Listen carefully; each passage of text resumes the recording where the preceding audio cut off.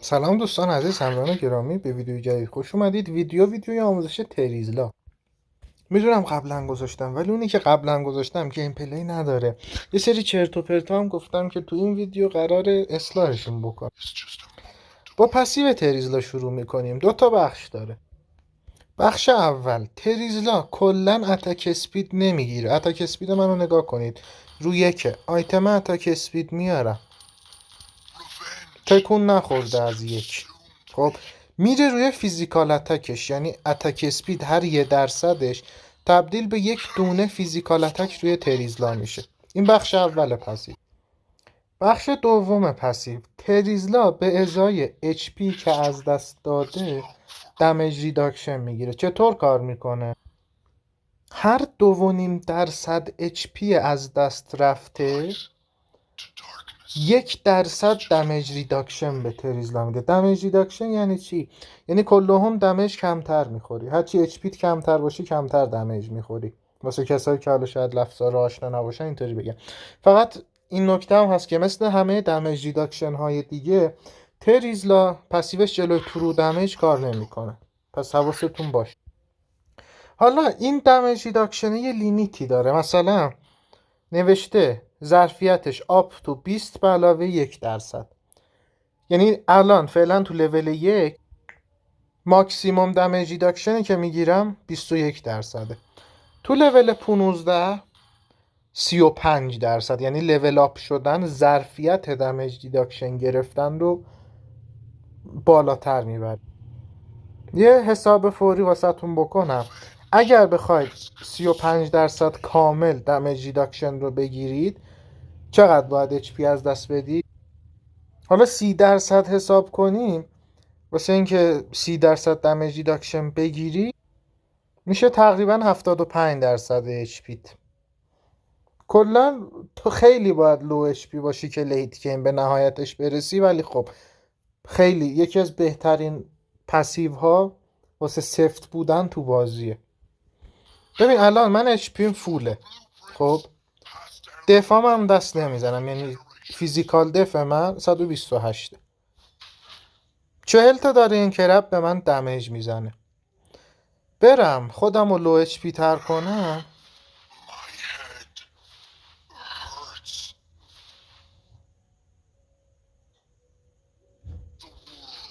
30 تا داره میزنه، یعنی 25% دمیجش رفت.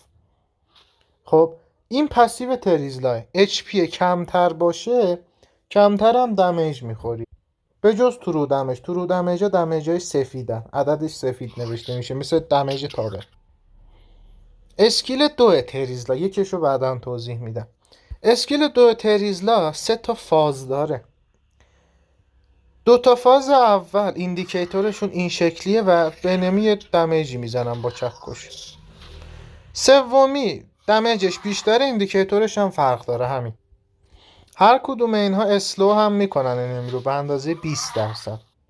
فقط دقت کنید که دوتای اولی هم دمیج، یعنی سومی دمیج هم پایش بیشتر، هم استفاده از فیزیکال اتکش بیشتره. مدت زمان اسلوش هم که 1.25 ثانیه. دو تا مورد هم داره این اسکیل. اولا که اسلو افکتش استک میشه، یعنی 20 40 60 اینطوری اگر به یه هدف هر سه تاش بخوره اعمال میشن. نکته بعد این که این اسکیل الان اینجا نوشته که 100% به مینیون ها دمیج میزنه. بذارید ریست هیرو بزنم نشونتون بدم. توی ریست هیرو که بزنی تو لول های اولی 70% دمیج عادی میزنه. آپگریدش که میکنی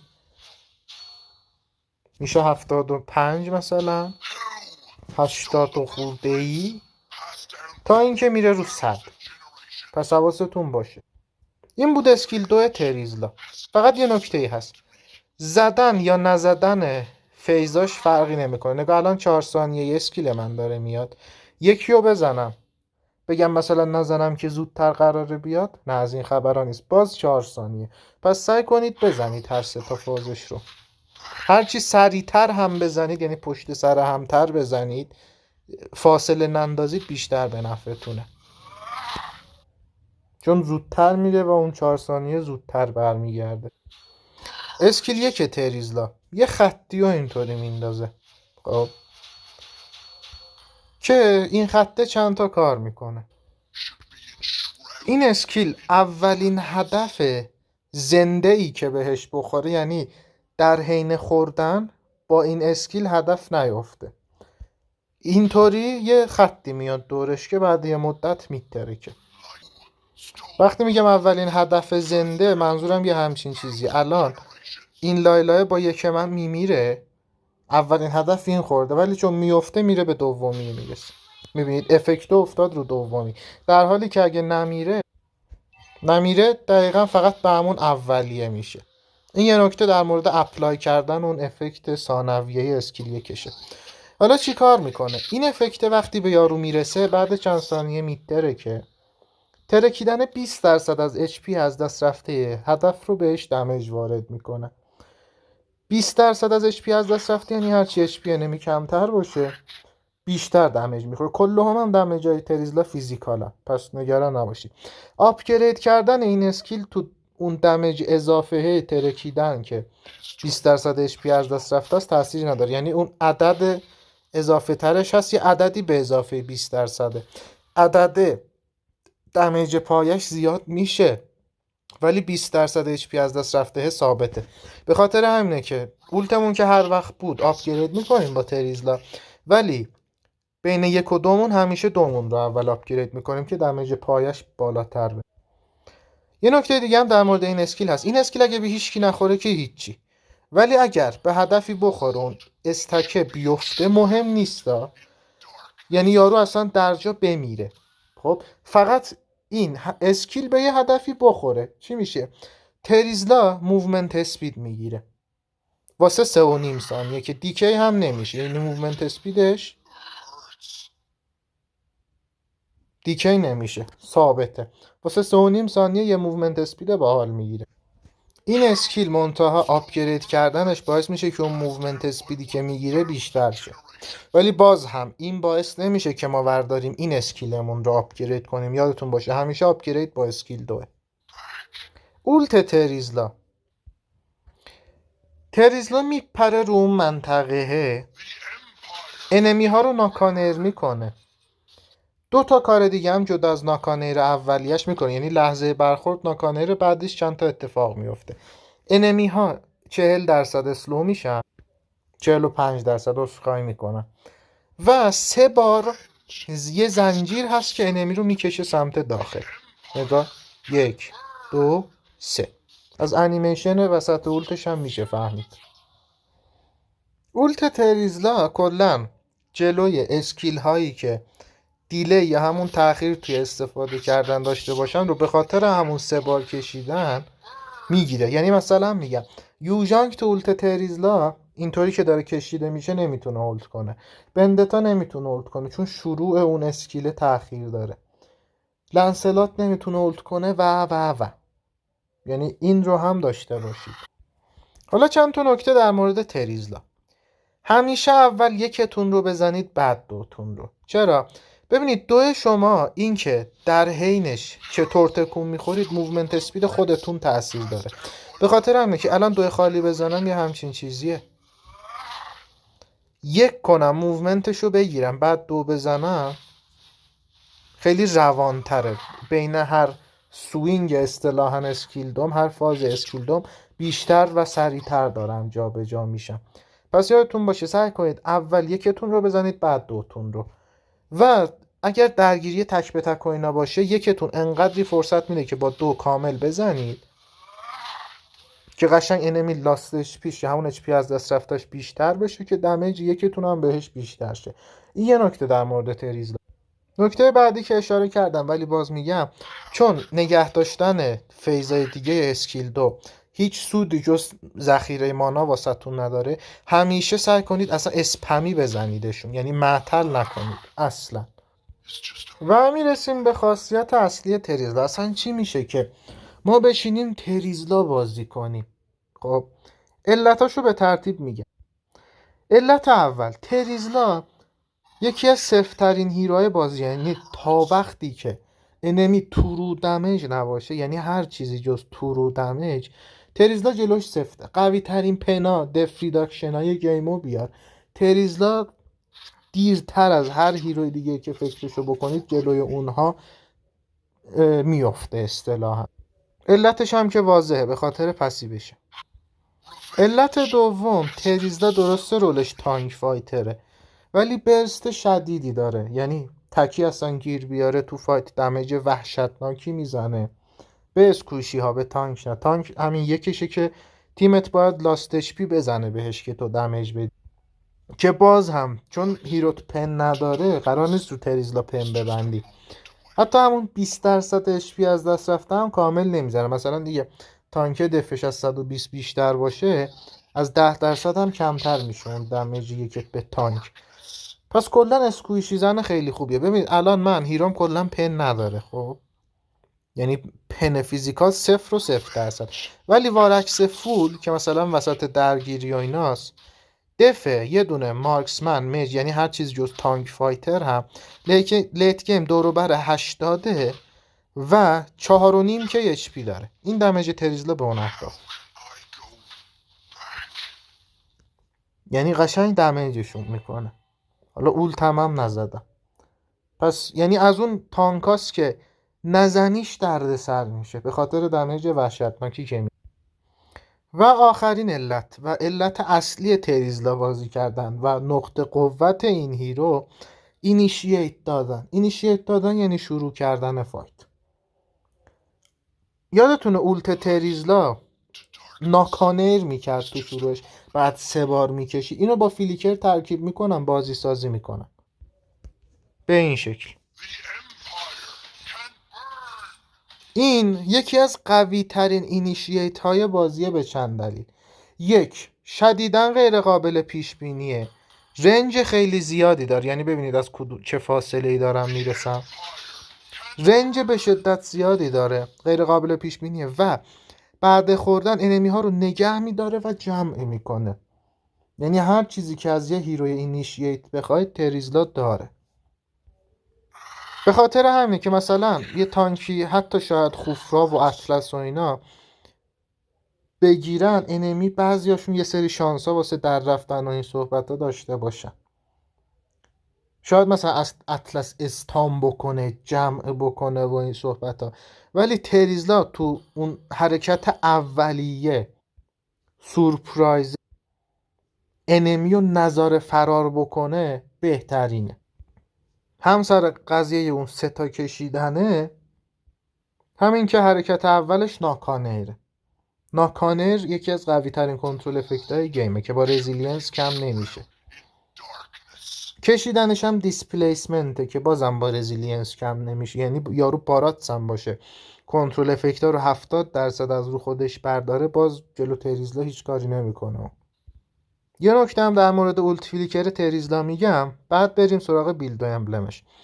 ببینید تریزلا اولتشو که میتونید زدید فلیکر رو درجا بزنید، خب ولی اوج سوپرا مال وقتیه که فلیکر تو لحظه آخر بزنی. ببین اولش بزنی انمی میبینتت، ولی لحظه آخر بزنی خود هیرو جلوتر نمیافته. تو ایندیکیتورش اون میدونی که میندازه اولش نشون میده فرقی نمیکنه ها، ولی این که انمی ببینتت یا نبینتت خیلی میتونه متفاوت باشه. امبلم اصلی تریزلا 2 تا آپشن داری، ساپورت، فایتر بهتره. ساپورت توی کولدان مکس گرفتن کمکتون میکنه که کولدانتون 40 بشه، چون هر مچ نمیتونی کولدانتو 40 کنی با تریزلا. اینجاست که امبلم ساپورت کمکت میکنه. موومنت اسپیدی هم که میده تو اسکیل 2 یادتونه تاثیر داشت، اونش هم به درد میخوره. ولی هیلینگ افکتش هم ببینید اوکیه ها، ولی چون تریزلا تمامی هیلی که میگیره، یعنی هیلی که خودش میگیره این هیلینگ افکت میده دیگه، رفت به هیل خودت داره.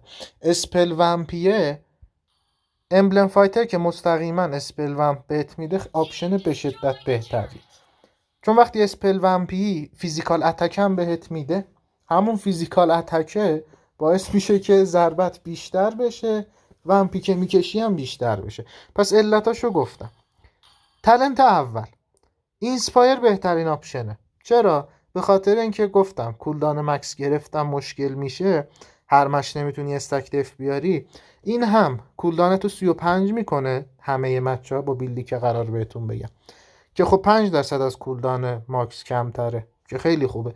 مانا ریجنش هم باعث میشه که الکی سر مانا خیلی جاها ریکال نکنی. این یه آپشن. آپشن دو موومنته که باز میدونید چرا، به خاطر اسکیل 2. آخریم میتونید پن بیا، یعنی اچ پی و دیفنس که به کنار، هرچند اچ پی رو پیشنهاد نمیکنم چون اون موقع اچ پی بیشتری باید از دست بدی که دمیج ریداکشن کمتری به ازاش بگیری. کلا هر چی کمتر رو تریزلا اچ پی ببندی بهتره، چون به ازای اچ پی کمتری که از دست دادی دمیج ریداکشن بیشتری میگیری، با درصد اچ پی کار داره نه خود اچ پی. پس اچ پی رو چندان پیشنهاد نمیکنم. دف اوکیه که گفتم به آخری هم. به سیریل اشتباهه. چرا؟ چون تریزلا هیچ گونه فیزیکال اتک استفاده اضافی نمیکنه ازش. به خاطر همین اگر میخواید مثلا دمیجتون بیشتر شه که ومپتون بیشتر شه، میرید سراغ پن. تالنت 2 فستیوال آف بلاد بهترین آپشنتونه. تناسیتی هم اوکیه. اگه خیلی عشق فیلیکرید پول یورسلف توگدر هم میارید، چون کلا تریزلا رو فیلیکرشه. گفتم خاصیت اصلیش همون اینیشییت دادنه. فقط یه نکته بگم، ببینید تریزلا چون خودش دمیج ریداکشن داره، یعنی تریزلا سخت‌تر از هیروهای دیگه میفته، یعنی اچ پیش که برگرده انمی هزینه بیشتری میکنه واسه انداختن همون اچ پی تریزلا. به خاطر همین کلا سعی کنید فستیوال آف بلاد بیارید که اچ پی بیشتری بهتون میده. از تناسیتی خیلی بیشتر کمکتون میکنه، چون همینجوری هیرو دمیج ریداکشن داره. هیل کن انمی همون دمیج ریداکشن داره رو که جنابالی باشی سخت‌تر اچ پیشو کم میکنه. تالنت آخر باز هم چون هیل خیلی با تریزلا میخوابه، بریو اسمایل. اگه خیلی خوره دمیج دادن و مانا و اینا هستید، ایمپیور ریج هم اوکیه، ولی میگم سر اینکه تریزلا کلا اچ پی پر کردنش واسه انمی خیلی هزینه برخواهد بود سر دمیج ریداکشن پسیو، بریو اسمایل بهترین آپشن. اسپل تریزلا بهترین 90% مچا فیلیکره. حالا مثلا مچی بود که اینیشیت لازم نبود، بر فرض محال که شما توش تریزلا آوردی، آپشنات اسپرینت هم به خاطر اسکیل 2، ونجنسه که با پسیو ترکیب شده دمیج ریداکشن بیشتری بده، ریوایتلایز واسه هیل بیشتر، ولی بازم میگم 99% مچا فیلیکره. بیلد تریزلا گفتم کل تریزلا رو اسپل ومپشه. به خاطر همین ما وارکس و کوینز وینگز رو میاریم. کوینز وینگز با تریزلا ترکیب به شدت خوبیه. چرا؟ اچ پیت کمتر میشه، سفت‌تر میشی، با این آیتم دمیجت هم بیشتر میشه. یعنی انمی به زور لو اچ پیت میکنه، نمیتونه بندازتت چون دمیج ریداکشن گرفتی. بعد کوینز وینگز میاد دمیجت هم زیاد میکنه که با ومپ راحت تر برگردی. اصلا یکی از فکر کنم بهترین ترکیب کوینز وینگز تو کل گیم با همین تریزلا. وارکس هم که تابلوه به خاطر دمیج و ومپش میره. اوراکل هم که خب معلومه ما میخوایم با تریزلا هیل بکشیم، دفاع اینا میده. این سه تا آیتم جدا از چیزایی که گفتم به خاطر کولدانشون هم هست. حالا اگر انمی استان زیاد داره و تالنت اولت رو رپچر کولدان نیاوردی یا امبلمت رو ساپ نیاوردی، استاک دف میاری. ولی خب عمدتا دو تا آیتم آخر تریزلا دفع. یه نکته هست، توایلایت آرمور رو تریزلا سعی کنید نیارید. عجیبه. چرا؟ ببین جلو تورو دمیجا کری لزلی آلفا که دیگه اصلا پسیو شما جلوش هیچ کاری نمیکنه. آره توایلایت رو بیار، ولی جلو ماجیک دمیجا و فیزیکال دمیجا توایلایت نیار. چرا؟ توایلایت دمیج نهایی که بعد از دمیج ریداکشن و دیفنس میخوری رو حساب میکنه. اگر بالای 500 بود فعال میشه. خب تریزلا سر دمیج ریداکشنش یه ذره که لو بشی، دیگه کلی از دمیجایی که از 500 بالاتر میرفتن تو حالت عادی رو هیرو عادی دیگه واسه تو نمیرن. سر همون پسیوت نمیذاره توایلایت آرمور فعال شه، پس حواست باشه. نکته دیگهش اچ پی نبستن رو تریزلا بود که گفتم که به ازای اچ پی از دست دادن کمتر سفتر بشه. و یه نکته دیگه هم در مورد ایمورتالیتی با تریزلا چون لو اچ پیش برگرده، هم شانس برگردنش با وینگز و پسیوش زیاده، همین که سفتره، خیلی سفتر از هیرو دیگه است با ایمورتالیتی برگرده. جوابه ببندی. بوت تریزلام تاف بود، جواب بود تاف بود میاری، نبود واریر بود، هیچ کدوم نبود.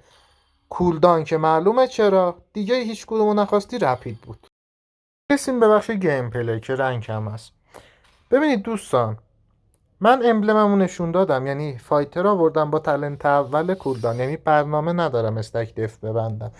چرا؟ ببینید درسته استک دف رزیلینس میده و اینا، ولی کلا تریزلا نیازی به رزیلینس داره. بوتت بسته. علت تمامی اسکیل های تریزلا پریونت میشن، یعنی جلوشو میتونی بگیری، قفلش کنی. ولی مثلا تریزلا چکشو، یعنی اسکیلو که کست کرد، رفت کولدان یا رفت فاز بعدی اسکیل دوش، فرانکو هم مولتش کنه دیگه، اون ضربه بعدی میخوره. یعنی فقط یک لحظه کافیه که تریزلا اون اسکیل رو کست بکنه. به خاطر همین رزیلینس زیاد رو تریزلا مهم نیست. علت این که این مش تریزلا آوردم، تیم ما ساپورت آورده بود، خب یعنی بازی سازی اینیشیت کلا خیار. به خاطر همین تریزلا آوردم. حالا جلوی میگم جلو با اودت هم کمبوه، با فلورین هم کمبوه، چون گفتم هیل کلا با تریزلا ترکیب خیلی خوبیه، چون به خاطر سفتر بودنش هیل تریزلا ارزشش از هیل عادی بیشتره. یه اشتباهی که خیلی از پلیرها میکنن، فکر میکنن تریزلا لینینگ قوی داره. نه اصلا. الان دقت کنید، من دارم سیف بازی میکنم، یه ذره سوتی بدم دیراسه فید میگیره از من، که خب نمیخوام این اتفاق بیفته، پس حواستون باشه. مورد بعدی این که چرا من این ماش تریزلا آوردم، از نظر اعداد ارقامی.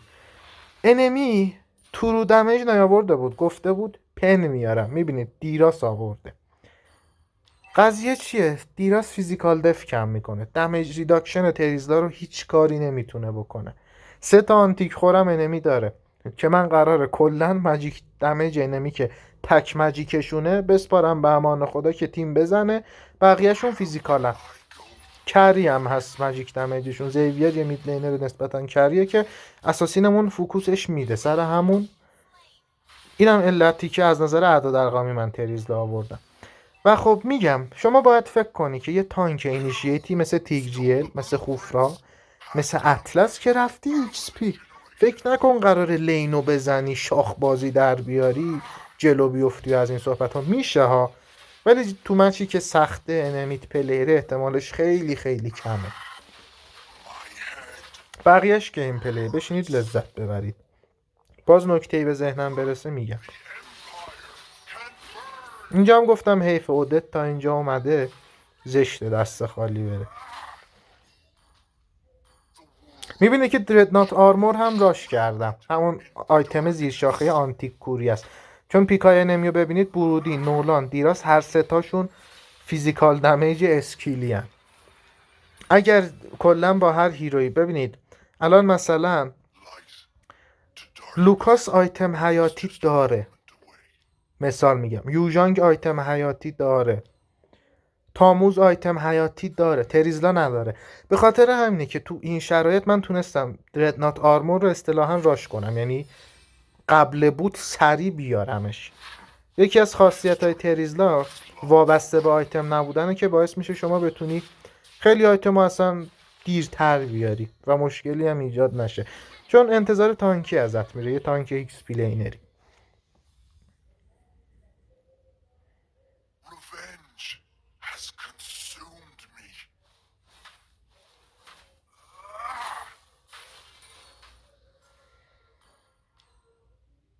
یه نکته در مورد وارکس پر کردن تریزلا که خب تو مچهای 5 تایی و اینا نمیشه ازش استفاده کرد، چون قراره اصلا تمرکز تو بذاری که موقعیت پیدا کنی اولت فلیکر کنی.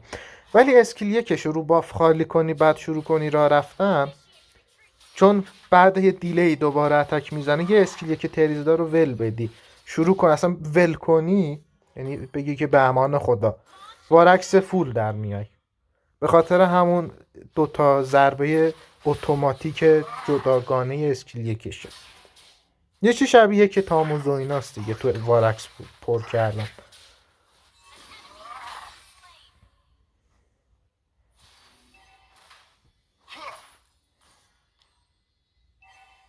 هیچ وقتم میگم فول تانکش نکنید، ومپی بازی کنید تریزلا رو.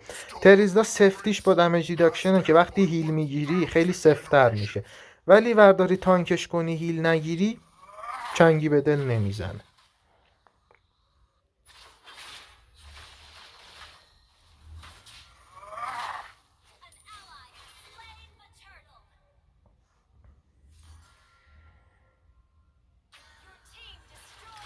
بچه‌هایی که حالا خیلی دوست دارن MVP و اینا بشن که اصلا هم بهونه واسه MVP نشدن هم تو این گیم پلی نیست، ولی نه بیشوخی بازی ساز تیمتی، انتظار نداشته باش کیل بگیری، چه میدونم پوینتت خوب باشه و این صحبت ها. اینیشییت تو میدی تیمت میزنه، تانکی یه تانک ایکس فکر کن اطلس بردی ایکس پی، فقط دنبال موقعیت باش، مثل اینجا بازی سازی کن. بمیری هم مهم نیست، کار تو کردی.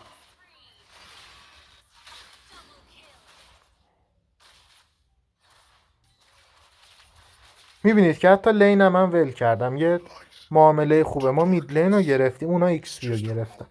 مید لین خیلی ارزشش بیشتر از ایکس پی لینه.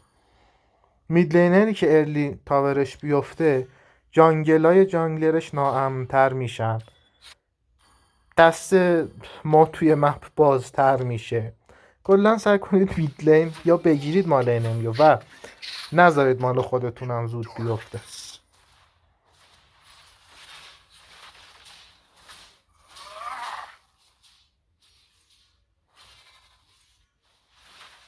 میبینید تیگ استان کرد ولی من همچنان خورد.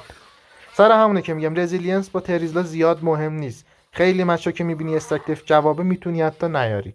اونجا یه مثالش بود که تیگ 2 زد به من، ولی چون من 2 زده بودم همچنان به خوردن ادامه پیدا کرد.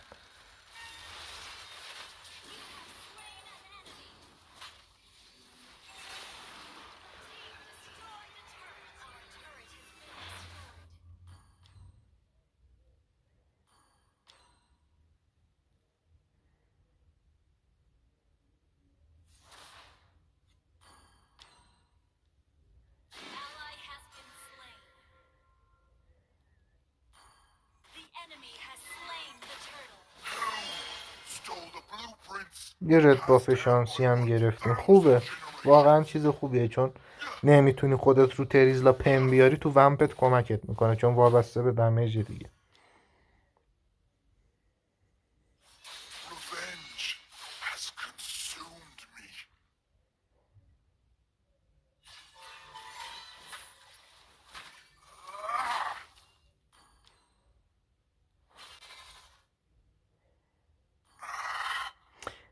شاید بگید که خب انمی اگر اسکیلی داشت که مثلا با بیلینک راحت از اولتما در بره چی؟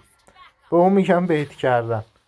اونجا میتونی کمک اینیشییت تانکت وایسی، یعنی خودت اینیشییت کامل رو ندی، اسکیل های بیلینک انمی که ممکنه باهاش در برن از اینیشییت تانکت رو تو با اینیشییتت بگیری که تانکت راحت تر باشه.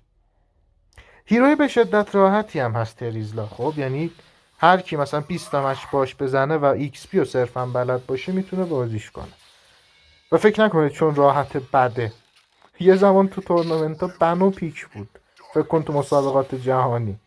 یعنی اصلا راحت بودن هیرو هیچ وقت دلیل بر بد بودنش نیست. حالا چرا بیت کننده اسکیل بیلینک خوبیه؟ چون هیچ چیزی جز بیلینک های خفن نمیتونن از اولت تریزلا در برن. به خاطر همینه که انمی مجبور میشه اسکیل بیلینکاشو واسه اولت تو بزنه که مال تانک تمتر میشه. ترکیبای خفن با تریزلا یکیش که هیلرای خفنه که الان یه موردشون مشاهده میکنه، یکی کارمیلاه. ببینید کارمیلا کلا مشکل فایت شروع کردن داره، بچه‌ای که بازی کرده باشن میدونن. اولت کارمیلا خیلی چیز خفنیه ولی شانس گرفتنش کمه. تریزلا امن میکنه اصطلاحاً اولت کارمیلا رو، چون هم جمع میکنه، هم از در رفتنشون جلوگیری میکنه، هم اصلا انمی بیلینکی باشه. خب بیلینکاشو میزنه، بعدن کارمیلا میتونه تکی فایتو با اولتش شروع کنه. خلاصه که یکی از خفن ترین ترکیبا با کارمیلا، چه با کارمیلا چه واسه امن‌تر کردن اولت کارمیلا، یعنی گرفتن بیلینکای انمی واسه کارمیلا. مورد بعدی گتوته که دقیقا همین قضیه کارمیلا رو داره، یعنی گتوت و تریزلا یکیشون فدا میشه، ترجیحاً تریزلا، چون تریزلا ترسناکتر اولتش، و اون یکی فایتو شروع میکنه. گیم من فکر کنم اینجا قراره تموم شه، 12 دقیقه است. و خب همین دیگه، بشینید ببینید. بازم میگم شما همیشه سفتی، یکی از سفترین هیروهایی، مگر تو رو دمیج جلوت باشه. لزلی دیدی، آلفا دیدی، کری دیدی، گرد دیدی، تاموز دیدی، نکش تریزلا رو. Light to darkness is just a moment away.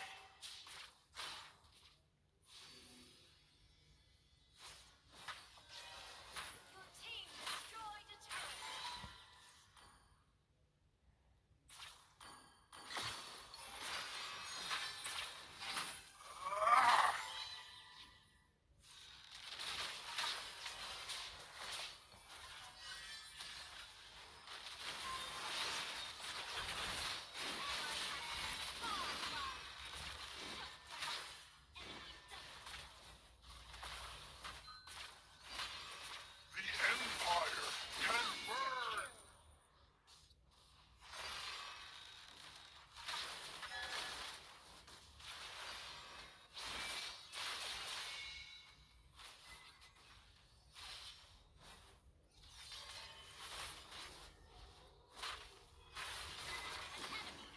فکر کنم اینجا گیم تموم میشه. The